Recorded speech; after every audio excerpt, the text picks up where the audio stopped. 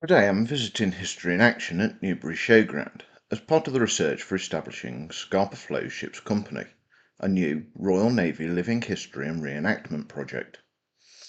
Over the course of the day I noted down a number of ideas, observations and lessons that I'll be discussing throughout this video. The footage and photographs you'll see are simply from around the event and provide a flavour of the day. They aren't intended to illustrate or support any particular point about the group shown, nor should they be taken as commentary on any individual display. With that said, let's get underway. So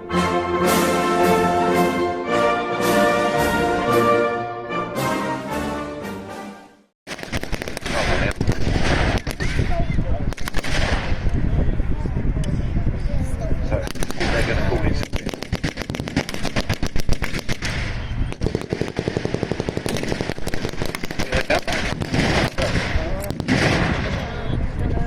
So we've got the QMC with the Maxim turret supplying a little bit of air cover. One question I found myself asking throughout the day was where I would draw the line on authenticity. Public events inevitably involve compromise, and there are perfectly legitimate reasons why someone might have a modern water bottle, lighter, or plastic storage box out of necessity. This made me think about the standard I'd like to set for Scapa Flow Ships Company. My aim would be that, as far as the visitor is concerned, anything they can see forms part of the historical impression. If modern items have to be present, they should ideally be kept out of sight whenever practical.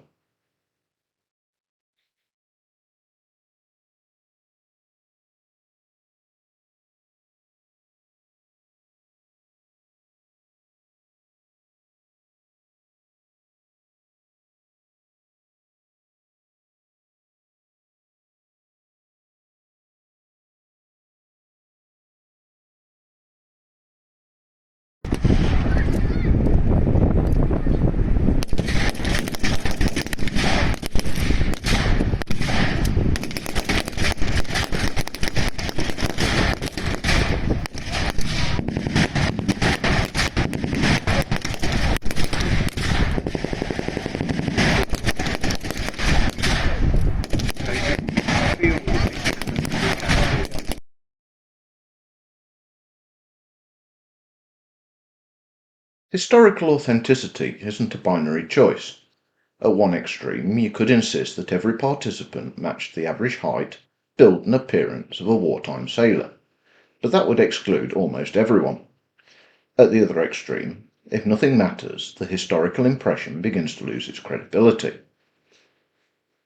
Somewhere between those two lies a balance. For me, it's about preserving the overall impression while recognising that modern people are portraying history, not trying to become it.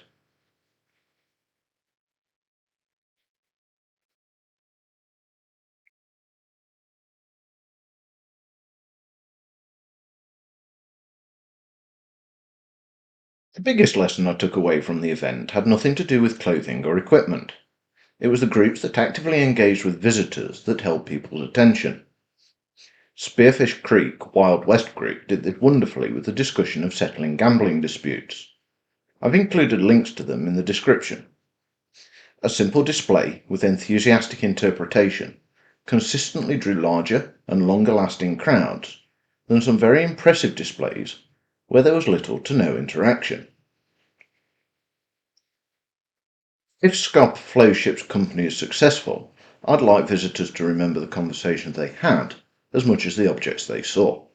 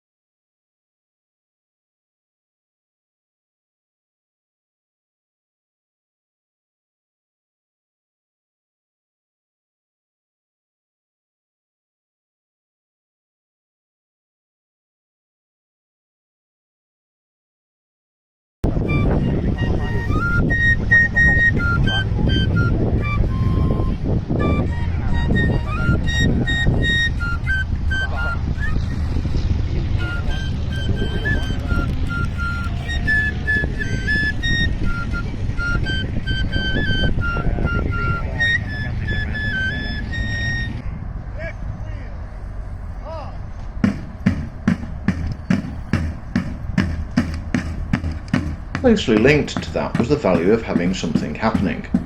Throughout the day, the Southern Skirmish Association, an American Civil War group, regularly played fife and drum music and carried out drill demonstrations. Their website and social links are also below. People stopped to watch, and once they'd stopped, they were much more likely to come over and ask questions. It reinforced the idea that living history should be living. For a Royal Navy impression, that might mean semaphore, rope work, divisions, or other routine activities that reflect everyday life aboard a home fleet vessel.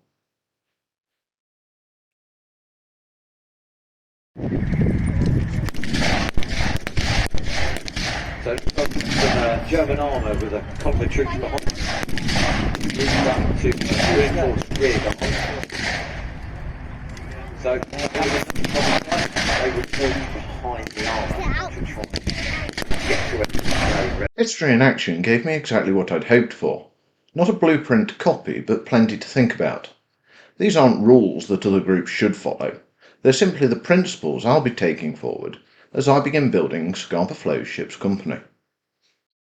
In the next video, I'll be researching the life of an executive officer on board one of the ships of His Majesty's Royal Navy at Scapa Flow.